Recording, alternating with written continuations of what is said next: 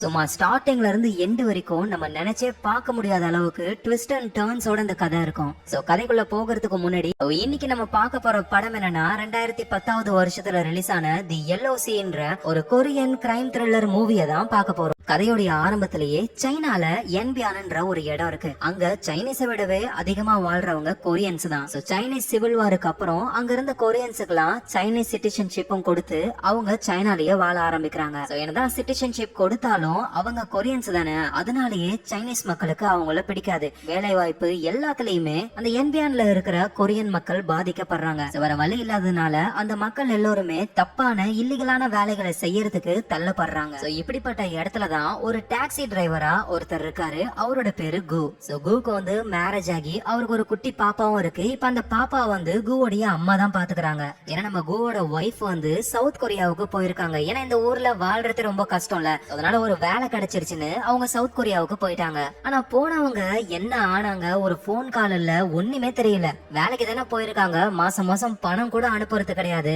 அதனால கு தான் பாவம் டாக்ஸி ஓட்டி அவரோட ஃபேமிலிய பாத்துக்கிறாரு. என்னதான் கு வந்து இவ்வளவு கஷ்டப்பட்டாலும் அவர்கிட்ட ஒரு கெட்ட பழக்கம் இருக்கு, அதுதான் சூதாடுறது. பகல் ஃபுல்லா டாக்ஸி ஓட்டி சம்பாதிக்கிற எல்லா காசையும் ஈவினிங்ல கிளப்ல போயிட்டு அங்க சூதாடுறாங்க. ஒரு சைனீஸ் கேம் மாதிரி இருக்கு. அத நம்ம கு விளையாடிக்கிட்டு இருக்காரு. கூடவே ஒரு கேங்ஸ்டரும் விளையாடுறாரு. அந்த கேம்ல நம்ம கு தோத்துறாரு. அந்த கேங்ஸ்டரும் செம்ம கலாய்க்கிறாரு. என்ன பண்ண முடியும், ஒன்னும் பண்ண முடியாம அப்படியே கு அங்க இருந்து போயிடுறாரு. அந்த சூதாட்டம் மட்டும் தானான்னு பார்த்தா பயப்புள்ள நிறைய கடன் வாங்கியிருப்பாரு போல. கடன் கொடுத்தவன் வீட்டுக்குள்ளேயே வரான். கு தூங்கிக்கிட்டு இருக்காரு. டேய் தம்பி எழுந்துடுறா. அட இரு டார்லிங், 5 நிமிஷம் கழிச்சு எழுந்துக்கிறேன். எது டார்லிங்கா, அவனை கடன் கொடுத்தவன் வந்திருக்கான்னு போட்டு பொழிச்சுன்னு வைக்கிறாங்க. ஏண்டா ஒழுங்கா சம்பாதிச்சு அந்த காசுல எனக்கு கடனை கொடுப்பான்னு பார்த்தா சூதாடி தொலைஞ்சி எல்லா காசையும் செலவு பண்ணிட்டு உட்காந்துக்கிட்டு இருக்க. சீக்கிரமா என் பணம் வரணும், இல்லன்னு வச்சுக்கிய உன்னை தூக்கி கொண்டு போய் கிட்னி அறுத்து எடுத்துருவோம் அப்படின்ற மாதிரி மிரட்டுறாங்க. அதுவும் அவங்க போகிறதுக்கு முன்னாடி திரும்பவும் செம்மையா அடிச்சுட்டு போறாங்க. அதுக்கப்புறம் நம்ம கு வழக்கம் போல டாக்ஸி ஓட்டுற வேலையை பாக்குறாரு. வெறும் டிரைவிங்னு மட்டும் இல்லாம அவங்களோட லக்கேஜ் எல்லாம் கொண்டு போய் வைக்கிறதுன்னு வேலை செஞ்சு சம்பாதிக்கிறாரு பணத்தை. அப்படி வேலை செஞ்சுக்கிட்டு இருக்கும் போதே ஒரு லேடிய பாக்குறாரு. இந்த லேடி தான் வந்து இந்த ஊர்ல இருக்கிறவங்கள சவுத் கொரியாவுக்கு வேலைக்கு அனுப்புறவங்க. நம்ம குவோடைய ஒய்ஃபையும் இவங்க தான் அனுப்பியிருப்பாங்களே. அந்த லேடி கிட்ட கு போறாரு. அந்த லேடியோ எப்பா இவனா அப்படின்னு தெரிச்சுக்கிட்டு ஓடுறாங்க. பின்னாடியே அவரும் போயிட்டு என்னமா ஓடுறீங்க, என் ஒய்ஃப் கிட்ட இருந்து ஏதாவது தகவல் கிடைச்சதா, அவ எதுவும் பணம் அனுப்பினாலா? இங்க பாரு கு, நான் உங்ககிட்ட ஓப்பனா சொல்றேன், உன் ஒய்ஃப் கிட்ட இருந்து எந்த ஒரு தகவலும் வரல, பணமும் வரல. எனக்கு தெரிஞ்சு என்ன ஆகிருக்கும்னா சவுத் கொரியாலேயே யாராவது ஒருத்தனை உசார் பண்ணி அங்கேயே அவ செட்டில் ஆயிருப்பா. அவ்வளவுதான், அவ திரும்ப வரமாட்டா, நீ அவளை மறந்துரு அப்படின்ற மாதிரி அந்த லேடி சொல்றாங்க. இவரும் ரொம்ப சோகமாகறாரு. ஏன்னா குவுக்கு வந்து அவரோட ஒய்ஃப்னா ரொம்ப ரொம்ப பிடிக்கும். சவுத் கொரியால பெண்களுக்கு அதிக வேலை வாய்ப்பு இருக்கிறதுனாலதான் கடனை வாங்கி அவரோட ஒய்ஃபையே இவரை அனுப்பியிருப்பாரு. ஆனா போனவங்க இவங்களை கண்டுக்காம என்ன பண்றாங்கன்னே ஒண்ணுமே புரியவே இல்ல. அந்த சோகத்திலேயே இன்னைக்கு ஃபுல்லா சம்பாதிச்ச காசு எடுத்துக்கிட்டு அகைன் போயிட்டு சூதாடுறாரு. ஆனா குவுக்கு வாழ்க்கையும் சரியில்லை, நேரமும் சரியில்லை. அவர் விளையாண்ட கேம்ல தோத்து போக அவ்வளவுதான், இன்னைக்கு சம்பாதிச்ச எல்லா காசும் கோவிந்தா. அப்படியே ஆளு சோகமா இருக்கும் பொழுது இந்த கேம்ல ஜெயிச்சார்ல ஒருத்தர், அவரு நம்ம குவை பார்த்து மோசமான வார்த்தையில பேசுறாரு. ஏன்னா நம்ம கு வந்து ஒரு கொரியன், ஆனா அவர் இருக்கிறது சைனாக்குள்ள. சிவில் வாருக்கு அப்புறம் இவங்கள சைனீஸ் சிட்டிசனா மாத்தினாலும் இவங்க கொரியன்ஸ் தானே. அதனால இந்த வந்தேரி அப்படின்ற மாதிரி வார்த்தையை சொல்லி திட்டிடுறாரு. அதுல கடுப்பான கு பயங்கரமா சண்டை போட ஆரம்பிக்கிறாரு. இப்படி சண்டை போட்டுக்கிட்டு இருக்கிறத ஒரு கேங்ஸ்டர் ஒருத்தர், அதான் கு கூட முன்னாடி இந்த கேம் விளையாடி இருப்பார்ல, அவரு பாக்குறாரு. குவும் சண்டையை நிப்பாட்டாம என்ன பார்த்து நீ எப்படா அப்படி பேசலான்னு சண்டை போட்டுக்கிட்டே இருக்காரு. அந்த கிளப்பே ஒரு வழி ஆயிடுது. அப்புறம் வீட்டுக்கு போயிட்டு கு தூங்கிக்கிட்டு இருக்காரு. வழக்கம் போல அடுத்த நாள் அந்த கடன் கொடுத்தவங்க வந்து எழுப்புறாங்க. இவரும் அப்படியே அடிக்க போறாங்களா அப்படின்னு பயத்தோடவே இருக்கும் பொழுது, பரவாயில்லடா உனக்கு எங்கேயோ மச்சா இருக்குன்னு நினைக்கிறேன், உனக்கு நல்ல காலம் பிறந்துருச்சு, சீக்கிரம் என் கூட வா அப்படின்னு குவை கூட்டிட்டு போறாங்க. யாருக்கிட்டடான்னு பார்த்தா அந்த கேங்ஸ்டர் கிட்ட.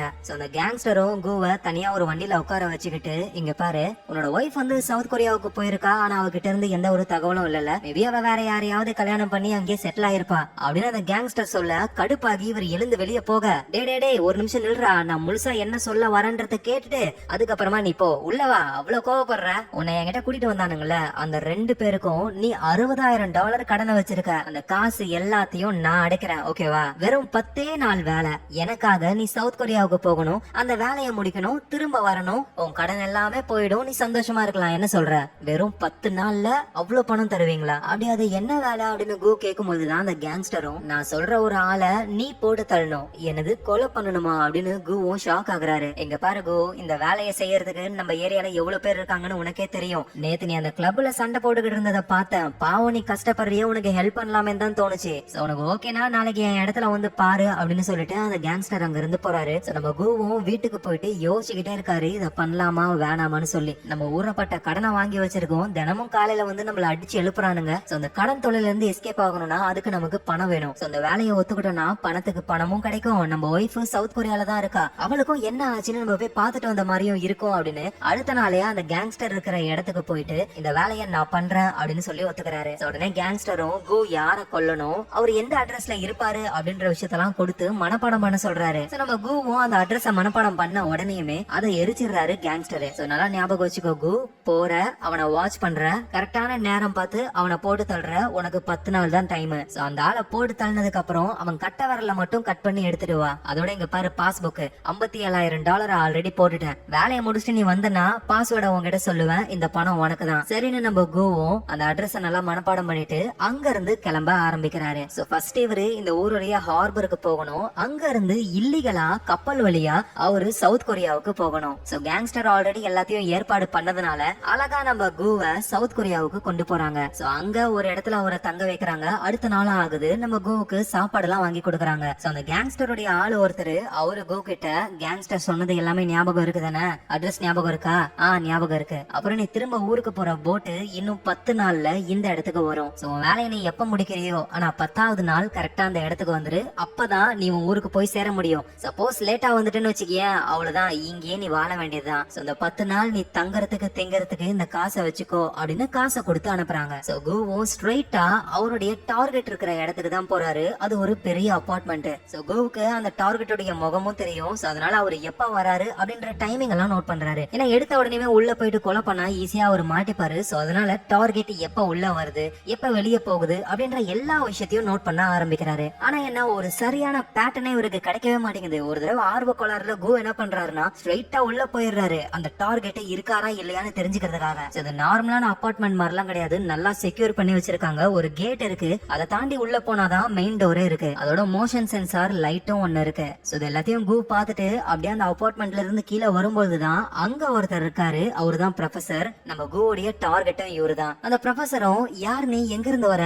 அது வந்து நான் செகண்ட் ஃப்ளோர்ல இருந்து வரேன். செகண்ட் ஃப்ளோர்ல இருந்து நீ லிஃப்ட் வழியாவே வந்திருக்கலாமே, ஏன் படிக்கட்டு வழியா வர? அது வந்து அப்படின்னு என்ன சொல்றதுனே குவுக்கு தெரியல. உடனே அந்த ப்ரொஃபசரும், நீ என்ன அகதியா, தூங்குறதுக்கு இடம் தெரியா அப்படின்னு கேட்க, நம்ம குவும் எதுவும் சொல்லாம கம்முன்னு இருக்காரு. இந்த ப்ரொஃபசருக்கு ஒரு டிரைவர் ஒருத்தர் இருக்காரு. அவர் அப்படியே உடனே உள்ள வந்து, சார் என்ன சார் பிரச்சனை, யார் சார் அவன்? அதெல்லாம் ஒரு பிரச்சனையும் இல்ல, அவன் ஏதோ அகதி போல தூங்குறதுக்கு இடம் தேடி வந்திருக்கான், இங்க பாரு இங்கெல்லாம் தூங்க கூடாது அப்படின்னு நம்ம கு கையில பணத்தை கொடுத்து வேற எங்கேயாவது போய் தூங்கிக்கோ அப்படின்னு சொல்லி அனுப்புறாரு அந்த ப்ரொஃபசர்.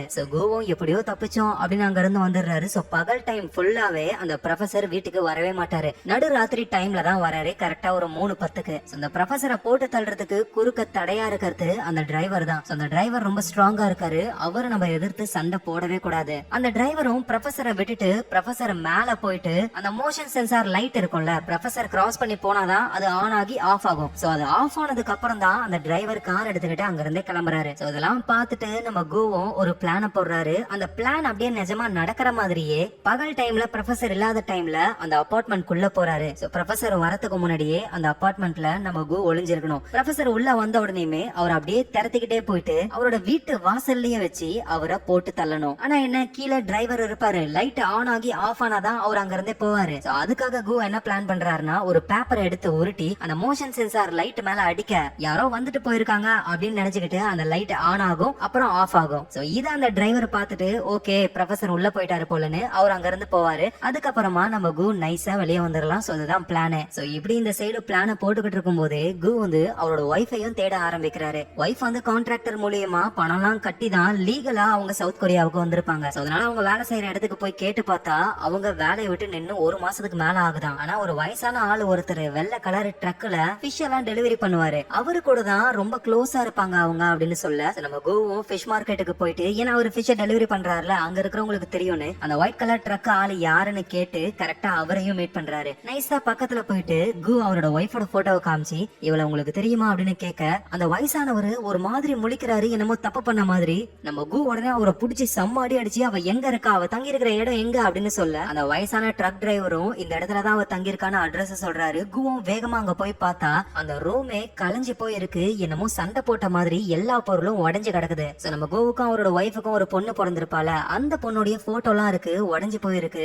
அதை பார்த்து இவரு ரொம்ப கஷ்டப்படுறாரு. உடனே பக்கத்து வீட்டுல போய் விசாரிக்கும் போதுதான் கொஞ்ச நேரத்துக்கு முன்னாடிதான் ஒரு ஆளு வந்தான், அவனுக்கும் அந்த பொண்ணுக்கும் செம்ம சண்டை, அந்த பொண்ணு எங்கேயோ போனா, எங்க போனாலும் தெரியல அப்படின்னு சொல்றாங்க. நம்ம கோவும் நம்ம ஒய்ஃப் ஏதோ ஒரு ப்ராப்ளத்துல மாட்டிக்கிட்டு இருக்கா, அவளை காப்பாத்தணும் அப்படின்னு தோணுது. ஆனா அவர் இங்க வந்ததுக்கான ரீசனே அந்த ப்ரொஃபஸரை காலி பண்ணணும்ன்றதுக்காக தான். நாளையோட 10 நாள் முடியுது, இங்க ஒய்ஃபை வேற காப்பாத்தணும். அதனால அவர் என்ன பண்றாருன்னா கேங்ஸ்டருக்கு கால் பண்றாரு. இந்த மாதிரி எனக்கு இன்னும் ஒரு 2 நாள் டைம் வேணும், அதை மட்டும் கொடுத்தீங்கன்னா நான் அந்த ப்ரொஃபஸரை காலி பண்ணிட்டு சீக்கிரமா வந்துருவேன். இங்க பாரு, உங்ககிட்ட நான் சொல்லிதான் அனுப்புனேன், 10 நாள் தான் உனக்கு டைம், நீ என்ன பண்ணுவியோ ஏது பண்ணுவியோன்னு தெரியாது. நாளைக்கு அந்த ப்ரொஃபஸரை போட்டு தள்ளிட்டு கட்ட விரலோட வர, இல்லன்னு வச்சுக்கிய இங்க தானே உங்க அம்மாவும் உன் பொண்ணும் இருக்காங்க, அவங்களையும் கொல்லுவேன். சோ இப்படின்னு அந்த கேங்ஸ்டர் சொல்ல நம்ம கோக்கு வேற வழியே கிடையாது, நாளைக்கு அந்த ப்ரொஃபஸரை போட்டு தள்ளியே ஆகணும். ஆனா இங்க அவரோட ஒய்ஃபுக்கு என்ன ஆச்சுன்னு தெரிஞ்சுக்கணும். சோ அதனால அகைன் அந்த பக்கத்து வீட்டுக்காரரு கிட்ட போயிட்டு நிறைய பணத்தை கொடுத்து, இங்க பாருங்க, திரும்ப பக்கத்து வீட்டுக்கு என்னோட ஒய்ஃப் வந்தாலோ இல்ல வேற யாரு வந்தாலும் சரி, உடனே போயிட்டு டோரை லாக் பண்ணிடுங்க, நான் கரெக்டா 4 மணிக்கு வந்துருவேன். சோ ப்ளீஸ் எனக்கு இந்த உதவியை மட்டும் பண்ணுங்க அப்படின்னு சொல்லி காசெல்லாம் கொடுக்குறாரு. சோ நைட் டைமும் ஆகுது, கரெக்டா 3:10க்குலாம் அந்த ப்ரொஃபஸர் வருவாரு. ப்ரொஃபஸரை கொல்லணும் அப்படின்னு நம்ம கோவும் வெயிட் பண்ணிக்கிட்டு இருக்காரு. இதுதான் லாஸ்ட் சான்ஸ், இதை விட்டாருன்னா அவ்வளவுதான்.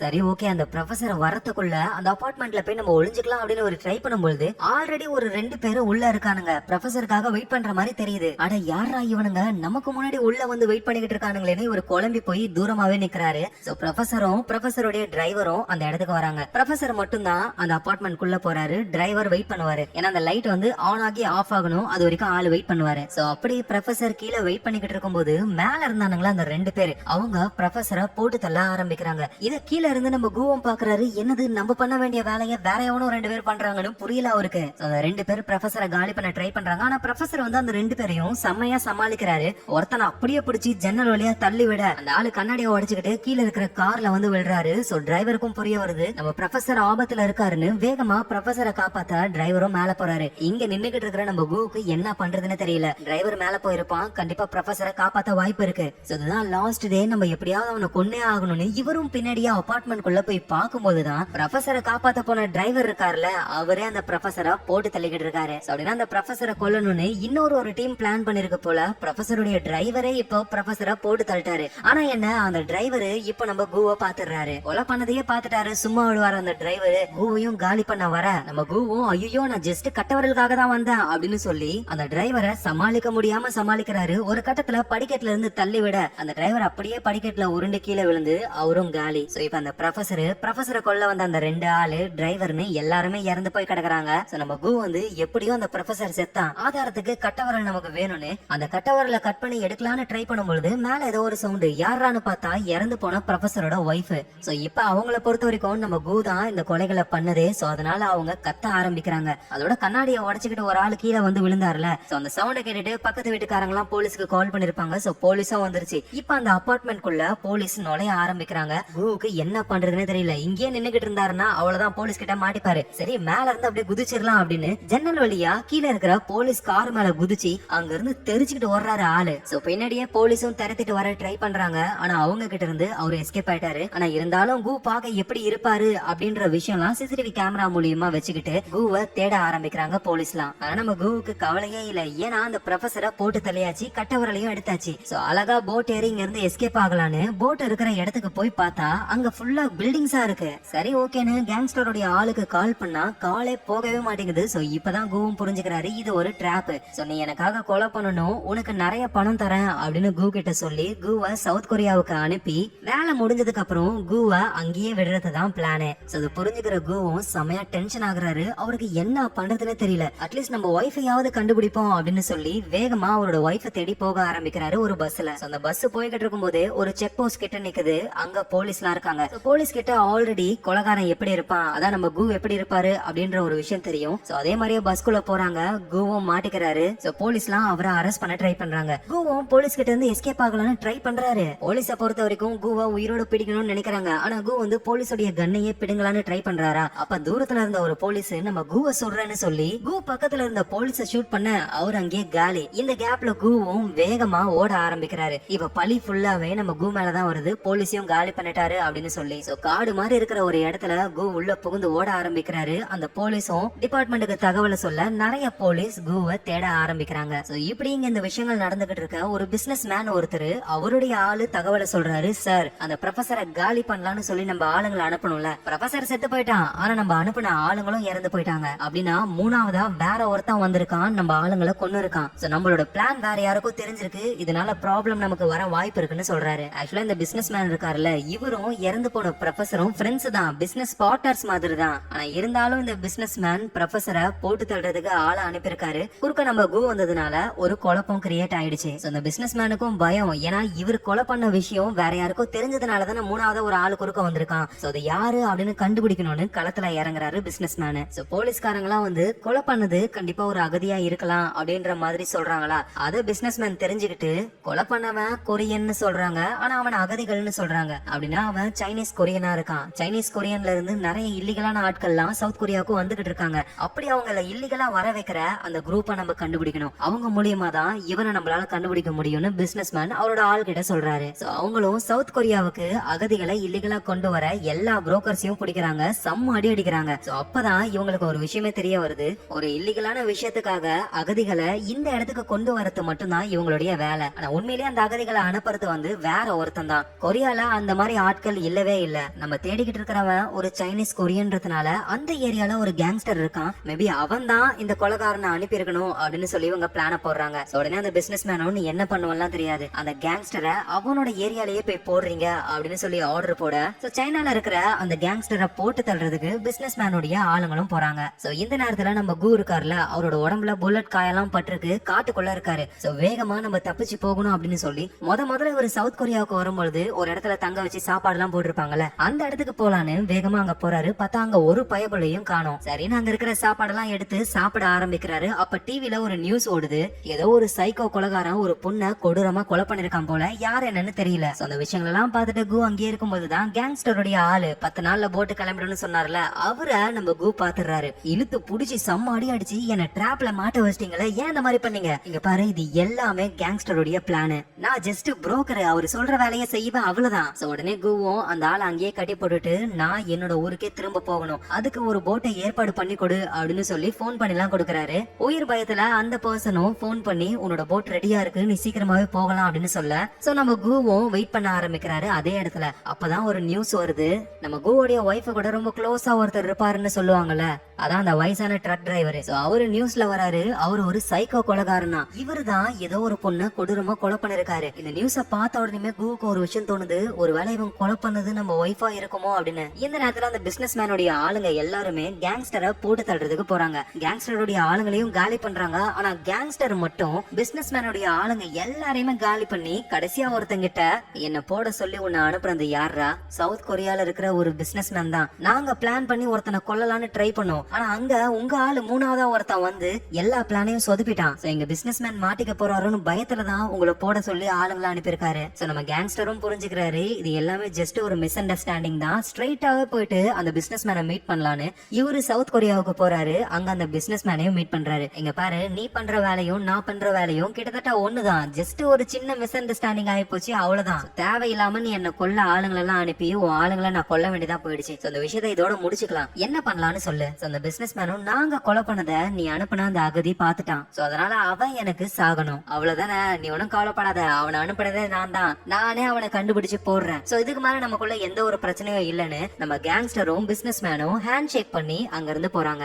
நைட் டைம் ஆகுது. நம்ம குவுக்கு வந்து ஒரு வேளை அந்த வயசான ட்ரக் டிரைவர் நம்ம ஒய்ஃபை கொண்டு இருப்பானோ அப்படின்ற டவுட்லயே இருக்காரு. போயிட்டு அவரால் செக் பண்ணவும் முடியாது, ஏன்னா அங்க போலீஸ் இருப்பாங்க, இவரை பார்த்தாலே பிடிச்சிருவாங்க. அதோட இவர் கட்டி போட்டு வச்சிருக்காருல கேங்ஸ்டருடைய ஆளு, அவரு மூலியமா திரும்ப ஊருக்கு போறதுக்கான போட் போட் எல்லாம் ஏற்பாடு பண்ணிட்டாரு. அந்த இடத்துக்கு சீக்கிரமா போகணும். சரி ஓகே நம்ம ஊருக்காவது போகலாம் அப்படின்னு இவர் வேகமா ஹார்பருக்கு போறாரு. அவரு போனதுக்கு அப்புறம் தான் கேங்ஸ்டரும் அவருடைய ஆளுங்களும் அந்த இடத்துக்கு வராங்க. நம்ம கூ கட்டி போட்டுருக்கிறவரை பாக்குறாங்க. என்னடா உன்னை யாரா கட்டி போடுது? நீ அனுப்பின அந்த அகதி அந்த கூ தான் என்ன கட்டி போட்டுட்டு அந்த போட்ல எஸ்கேப் ஆகி போறான், சீக்கிரம் புடிங்க அப்படின்னு சொல்ல கேங்ஸ்டரும் அவரோட ஆளுங்களை எல்லாம் கூட்டிட்டு அவரும் பின்னாடியே ஹார்பருக்கு வராரு. அந்த இடத்துல கூவை பிடிக்கிறாங்க. கூவா அவங்க கிட்ட இருந்து எஸ்கேப் ஆக ட்ரை பண்றாரு. செம்ம அடி வாங்கி எப்படியோ கூ கேங்ஸ்டர் கிட்ட இருந்து எஸ் ஆகுறாரு. இப்ப கூனால ஊருக்கு போக முடியல. அதுக்கு பதில் இறந்து போன அந்த பொண்ணு வந்து நம்ம ஒய்ஃப் தானா அப்படின்னு தெரிஞ்சுக்கிறதுக்காக ஒரு ஆள் கிட்ட உனக்கு நான் நிறைய பணம் தரேன் அப்படின்னு சொல்லி இவரோட ஒய்ஃபோட போட்டோவை கொடுத்து அந்த வயசான ட்ரக் டிரைவர்னால ஒரு லேடி இறந்து போயிருப்பாங்கல்ல அந்த லேடியும் இந்த போட்டோல இருக்கிற லேடியும் ஒரே பர்சன் தான் நானு பார்த்து சொல்லுன்னு அனுப்புறாரு. அதே மாதிரி அந்த பர்சனும் போட்டோவை வச்சு பார்த்து நம்ம கூவுக்கு கால் பண்ணி உன்னோட ஒய்ஃப் தான் இறந்து போயிருக்கிறது, இப்படியே விட்டா அவ்வளவுதான் எங்கேயாவது தூக்கி போட்டுருவாங்க, அவங்களுக்கு செய்யற கடைசி மரியாதைகள்லாம் நானே பண்ணட்டுமா, அதுக்கு கொஞ்சம் காசு ஆகும் அப்படின்னு சொல்ல கூவும் அவளுக்கு பண்ண வேண்டியதெல்லாம் பண்ணுங்க அப்படின்னு சொல்லி காசெல்லாம் அனுப்புறாரு. சோ கூ ரொம்ப கஷ்டப்படுறாரு. ஏன்னா அவரோட ஒய்ஃப் உயிரோட தான் இருப்பாங்க அப்படின்னு நினைச்சாரு. ஆனா இறந்து போயிட்டாங்க அப்படின்னு ரொம்ப கஷ்டப்பட்டு அழ ஆரம்பிக்கிறாரு. சோ அப்புறம் கூ ஸ்ட்ரைட்டா இறந்து போன ப்ரொஃபஸருடைய வீட்டுக்கு போறாரு. அங்க ப்ரொஃபஸருடைய ஒய்ஃபையும் பார்த்து அந்த கட்டவரல கொடுத்துட்டு நீங்க இப்ப எவ்வளவு கஷ்டத்துல இருப்பீங்கன்னு எனக்கு தெரியும், நீங்க ஒன்னும் கவலைப்படாதீங்க, உங்க ஹஸ்பண்ட கொன்னது நான் கிடையாது, என்ன அழகா இதுல மாட்டி விட்டுருக்காங்க, உங்க ஹஸ்பண்டுக்கு டிரைவரா ஒருத்தரனால அவனும் உங்க ஹஸ்பண்ட கொல்ல வந்தவன் தான், ஆனா நீங்க ஒன்னும் கவலைப்படாதீங்க, உண்மையிலேயே உங்க ஹஸ்பண்ட கொன்னது யாரு அப்படின்றத கண்டுபிடிச்சு உங்களுக்காக நான் அவனை கொல்லுறேன். உங்ககிட்ட நான் கேக்குற கேள்வி எல்லாமே ஒன்னே ஒண்ணுதான், உங்க ஹஸ்பண்டுக்கு எதிரிங்கன்னு யாராவது இருக்காங்களா அப்படின்னு கேட்கும் பொழுது ப்ரொஃபஸருடைய ஒய்ஃபும் அந்த பிசினஸ் மேனை பத்தி சொல்றாங்க. இப்படி இந்த விஷயங்கள் நடந்துகிட்டு இருக்க நம்ம கேங்ஸ்டர் இருக்காருல அவரோட ஆளுங்க கூட சவுத் கொரியால இருக்கும் பொழுது அந்த பிசினஸ் மேன் திரும்பவும் கேங்ஸ்டரை காலி பண்றதுக்காக ஆட்களை அனுப்ப நம்ம கேங்ஸ்டரும் அகைன் அந்த பிசினஸ் மேனோட ஆளுங்க எல்லாரையுமே காலி பண்ணி அந்த இடத்தையே கொளுத்தி விட்டுட்டு அங்க இருந்து வராரு. நம்ம ஒழுங்கா டீல் போட்டோம், ஆனா அந்த டீல் அவன் மீறிட்டான், அந்த பிசினஸ் மேனோட சாவு என் கையில தான் அப்படின்ற மாதிரி கேங்ஸ்டர் வராரு. இந்த நேரத்துல பிசினஸ் மேன் கிட்ட அவருடைய ஆளு ஒருத்தர் ஒரு இம்பார்ட்டன்டான விஷயத்த சொல்றாரு. பேஸ்மெண்ட்ல ஒருத்தனை கட்டி போட்டு வச்சிருக்காங்க. அவன் புதுசா இன்னொரு விஷயத்த சொல்றான். அந்த ப்ரொஃபஸரை கொல்றதுல நாலாவதா இன்னொரு ஆள் இருக்காராம், அவரு பேங்க்ல ஒர்க் பண்றாராம். ஆனா இந்த விஷயம் இன்னும் எவ்வளவு பேருக்கு தான் தெரியும், எவ்வளவு பேரை தான் நம்ம கொல்றது அப்படின்னு பிசினஸ் மேன் கடுப்பாகிறாரு. அவதான் இன்னொரு விஷயம் தெரிய வருது, அந்த கேங்ஸ்டர் நம்ம ஆளுங்கெல்லாம் காலி பண்ணி உங்களை கொல்லணும்னு வெறியில இருக்கான் அப்படின்ற விஷயம் தெரிய வர சரி ஓகே அந்த பேங்க் மேனேஜரை அப்புறம் பாத்துக்கலாம், ஃபர்ஸ்ட் அந்த கேங்ஸ்டரை முடிக்கலாம் அப்படின்னு பிசினஸ் மேனோட போக்கஸ் ஃபுல்லாவே அந்த கேங்ஸ்டர் மேலதான் இருக்கு. இந்த நேரத்துல நம்ம கூவுக்கு வந்து அந்த பிசினஸ் மேன் மேல டவுட் வருது. ஏன்னா ப்ரொஃபஸரோட ஒய்ஃப் சொல்லிருப்பாங்க அந்த விஷயம் வந்து கன்ஃபார்மா இவருக்கு தெரியாது. அதனால பிசினஸ் மேன் கீழே வேலை செய்யற ஒரு ஆளை புடிச்சு அடிச்சு விசாரிக்கும் போதுதான் இது எல்லாத்துக்கும் காரணம் பிசினஸ் மேன் தான் அப்படின்ற விஷயம் புரிய வருது. அந்த விஷயத்த தெரிஞ்சுக்கிட்டு கூ அந்த பார்க்கிங் லாட்ல இருந்து கிளம்பும் பொழுது சைட்ல இருந்து ஒரு கார் வந்து அவரை மோதி அப்படியே கூ அங்கேயே மயங்கிடுறாரு. கண்ணை முழிச்சு பார்க்கும் பொழுது கூ ஒரு காரோடைய டிக்கில இருக்காரு. கூ அதுல இருந்து வெளியே வராரு. இவரை மோதனது யாருன்னு பார்த்தா அது ஒரு டம்மி அடியாளு. இங்க பாரு நான் உன்னை கடத்தல, பாஸ் சொன்னாரு செஞ்சேன் அவ்வளவுதான், உன் பாஸ் எவன்டா அப்படின்னு மிரட்டிக்கிட்டே நம்ம கூ போக அந்த டம்மி பீஸும் கால் தவறி ஒரு பள்ளத்துல விழுந்து அவர் அங்கேயே இறந்து போறாரு. அந்த டம்மி பீஸ அனுப்புனது யாரு என்னன்னு எதுவுமே தெரியல. மேபி காருக்குள்ள ஏதாவது எவிடன்ஸ் இருக்கலாம் அப்படின்னு சொல்லி கூ போயிட்டு அந்த டம்மி பீஸோட கார்ல செக் பண்ணும்போதுதான் ஒரு விசிட்டிங் கார்டு இருக்கு. அது ஒரு பேங்க்ல வேலை செய்யறவருடைய விசிட்டிங் கார்டு. கூவும் என்ன ஏதுன்னு புரியாம சரி அந்த பிசினஸ் மேனோட வீட்டுக்கு போகலாம் அப்படின்னு கிளம்பி போக ஆரம்பிக்கிறாரு. ஆக்சுவலா அந்த டம்மி பீஸ் வந்து கார்ல மோதும் பொழுது நம்ம கூக்கு வந்து செமையா அடிபட்டு ரத்தம்லாம் போய்கிட்டு இருக்கு. ஆனா அதெல்லாம் கண்டுக்காம அந்த பிசினஸ் மேனை வாட்ச் பண்ணணும் அப்படின்னு சொல்லி இவர் அங்க போய்கிட்டு இருக்காரு. ஆனா இவருக்கு முன்னாடியே அந்த கேங்ஸ்டர் அந்த பிசினஸ் மேனோட இடத்துக்கு போயிட்டு அவரோட ஆளுங்க எல்லாரையுமே போட்டு தள்ளுறாரு. செமையா அடியும் வாங்குறாரு. கேங்ஸ்டருக்கும் மோசமா அடிபடுது. அதையும் மீறி எல்லாரையும் போட்டு தள்ளி அந்த பிசினஸ் மேனை கூட்டிட்டு கார்ல போகும்பொழுது பிசினஸ் மேன் எஸ்கேப் ஆக பின்னாடி போயிட்டு அந்த பிசினஸ் மேனை இவரு போட்டு தள்ளுறாரு. அதுக்கப்புறமா கேங்ஸ்டர் அங்க இருந்து வண்டி எடுத்துட்டு போகலான்னு பொழுது இவரு மோசமா அடி வாங்கியிருக்காருல. அதனால ஆளு கேர் ஆகி அங்கேயே அவரும் இறந்து போறாரு. கரெக்டா அந்த இடத்துக்கு தான் நம்ம கூவம் வராரு. பார்த்தா வண்டியிலேயே இறந்து போய் கிடக்குறாரு அந்த கேங்ஸ்டர். கொஞ்ச தூரம் தள்ளி அந்த பிசினஸ் மேனும் இறந்து போய் கிடக்குறாரு. என்னது நம்ம கொல்லணும்னு நினைக்கிற எவனுமே நம்ம கையால சாக மாட்டானுங்க, அவனுங்களாவே செத்து போறானுங்களேன்னு அந்த பிசினஸ் மேன் கிட்ட போகும்பொழுதுதான் சாகுற நிலைமையில இருக்கிற பிசினஸ் மேன் ஒரு விஷயம் சொல்றாரு. என்னோட ஒய்ஃப் என்ன சீட் பண்ணிட்டா, அதுவும் அந்த ப்ரொஃபசர் கூட சேர்ந்து சீட் பண்ணிட்டா, ரெண்டு பேருமே என்ன ஏமாத்துறாங்க, அதனாலதான் அவங்கள கொலை பண்ண அப்படின்ற மாதிரி அவரு சொல்றாரு. அப்படின்னா அந்த ப்ரொஃபசரை வந்து பிசினஸ் மேனோட ஒய்ஃப் கூட ரொம்ப க்ளோஸா இருந்திருக்காரு ஆளு. இந்த விஷயம் பிசினஸ் மேனுக்கு தெரிஞ்ச உடனேமே தான் ஆளை வச்சு ப்ரொஃபசரா போட்டு தள்ள ட்ரை பண்ணிருக்காரு. நம்ம கூவும் எது என்னவோ ரெண்டு பேரும் இறந்து போயிட்டாங்க, இனிமே நமக்கு எந்த ப்ராப்ளமும் இல்ல அப்படின்னு நினைக்கும் போதுதான் ஒரு பெரிய டவுட் வருது. கூவை கொல்லணும்னு நினைக்கிறது இந்த பிசினஸ் மேனு, அப்புறம் அந்த கேங்ஸ்டர், அவ்வளவுதான். ஆனா மூணாவதா ஒரு டம்மி பீஸ் குறுக்க கொண்டு வந்து கார்ல மோதி டிக்கில போட்டு கூட்டிட்டு போனார்ல, அந்த கார்ல கூட ஒரு பேங்க்ல வேலை செய்யறவருடைய விசிட்டிங் கார்டு இருக்கும். யார் அந்த பேங்க் மேனேஜர் ஒரு டம்மி பீஸ வச்சு நம்மள காலி பண்ண ட்ரை பண்ணிருக்கான் அப்படின்னு அந்த விசிட்டிங் கார்டுல இருக்கிற பேங்க் அட்ரஸ்க்கு அடுத்த நாளே கு போக ஆரம்பிக்கிறாரு. சோ அந்த இடத்துல அந்த பேங்க்ல வேலை செய்யற அந்த பர்சனையும் பாக்குறாரு. பாக்குறதுக்கு ரொம்ப நல்ல மனுஷனா இருக்கு. அந்த ஆளுக்கு பக்கத்திலே ஒரு லேடி இருக்காங்க. யாரான்னு பார்க்கும்போதுதான் ஒரு பெரிய ட்விஸ்டே, அது அந்த ப்ரொஃபசரோட ஒய்ஃப் தான். சோ நம்ம குவும் இப்பதான் எல்லா விஷயத்தையும் புரிஞ்சுக்கிறாரு. என்ன நடக்குதுன்னு ஆக்சுவலா இந்த ப்ரொஃபசர் இருக்கார்ல, அவரு பிசினஸ் மேனோட ஒய்ஃப் கூட ஒரு அஃபேர்ல இருக்கிறதுனால பிசினஸ் மேன் கடுப்பாகி ப்ரொஃபசரை கொல்லணும்னு நினைக்கிறாரு. அதே டைம்ல இந்த ப்ரொஃபசரோட ஒய்ஃப் இருக்காங்கல்ல, அவங்க இந்த பேங்க்ல வேலை செய்யறவரு கூட ஒரு அஃபேர்ல இருக்காங்க. நம்ம புருஷன் உயிரோட இருக்கிற வரைக்கும் வேலைக்கு ஆகாதுன்னு அந்த பேங்க்ல வேலை செய்யறவரு அவரு தனியா ப்ரொஃபசரை கொல்றதுக்கு ஆளுங்களை ஏற்பாடு பண்றாரு. இந்த பேங்க் மேனேஜர் வந்து கொலை பண்றதுக்கு சில ஆளுங்க கிட்ட சொல்றாரு. அந்த ஆளுங்க மூலியமா தான் கேங்ஸ்டருக்கு அந்த வேலை போகுது. கேங்ஸ்டரும் அழகா நம்ம குவ மாட்டி விட்டாரு. இந்த கொலையில ப்ரொஃபசரோட ஒய்ஃபுக்கு சம்பந்தம் இருக்குன்னு தெரியாம நம்ம கு வந்து ப்ரொஃபசரோட ஒய்ஃப் கிட்டயே வசனம் பேச, ப்ரொஃபசரோட ஒய்ஃபும் பிசினஸ் மேனை கோத்து விட்டுட்டு அதோட பேங்க் ஆளுகிட்டையும் இந்த மாதிரி ஒருத்தன் வந்தா ப்ரொஃபசரை கொன்னவனை கொல்லாம விட மாட்டேன்னு சொல்றான் அப்படின்னு இவங்க சொன்னதுனாலதான் அந்த பேங்க்ல வேலை செய்யறவரு ஒரு டம்மி பீஸை ஏற்பாடு பண்ணி நம்ம குவ போட்டு தள்ள ட்ரை பண்ணாரு. ஆனா அது ஃபெயிலியரா போச்சு. இது எல்லாத்தையுமே நம்ம கு புரிஞ்சுக்கிறாரு. ஆனா அது எதையுமே வெளியே காட்டிக்காம அங்க இருந்து நம்ம கு வந்துடுறாரு. இந்த விஷயத்த அந்த ப்ரொஃபசரோட ஒய்ஃபும் பாக்குறாங்க. அவங்களுக்கும் புரிய வருது இவனுக்கு எல்லாம் தெரிஞ்சிருச்சு அப்படின்னு. ஆனா அவங்களும் எதுவும் பண்ணாம அப்படியே விட்டுறாங்க. உடம்பு முழுக்க காயத்தோட கு என்ன பண்றாருன்னா அவரோட ஒய்ஃபோட அஸ்தி எல்லாம் வாங்கிக்கிறாரு. ஏன்னா ஒரு பர்சனை ஏற்பாடு பண்ணி நல்ல காரியத்தெல்லாம் அவரையே பண்ண சொல்லுவாரு. அவரும் பண்ணி முடிச்சுட்டு அஸ்தியை கொண்டு வர இவரு ஊருக்கு போய் சேரலாம் அப்படின்னு இல்லீகலா கொண்டு போற ஒரு தாத்தா, அந்த தாத்தா கிட்ட கத்திய காட்டி மிரட்டி பிளீஸ் என்ன கொண்டு போங்க, என் ஊருக்கே கொண்டு போய் சேர்த்துருங்கன்னு சொல்ல அவரும் ஓகேன்னு உள்ள வாங்கன்னு கூப்பிடுறாரு. அந்த போட்டுக்குள்ளேயே ஓரமா நம்ம கு உட்காந்துகிட்டு அப்படியே யோசிக்க ஆரம்பிக்கிறாரு. போய் நம்ம என்ன பண்ண போறோம், நம்ம ஒய்ஃபும் இறந்து போயிட்டா இதுக்கு மேல நமக்கு என்ன இருக்கு அப்படின்னு யோசிச்சுக்கிட்டு உடம்புல வேற நிறைய காயம் போட்டிருக்கா. அந்த காயத்தினால அப்படியே அவரு இறந்தே போயிடுறாரு. போட்டை ஓடிக்கிட்டு இருக்கிற தாத்தாவும் குவோட உடம்புல எந்த ஒரு அசைவும் இல்ல, அவன் இறந்து போயிட்டான் அப்படின்னு கன்ஃபார்ம் பண்ணிட்டு குவ அப்படியே கடல்ல தூக்கி போட்டுறாரு. அவ்வளவுதான், கு அங்கேயே இறந்து போறாரு.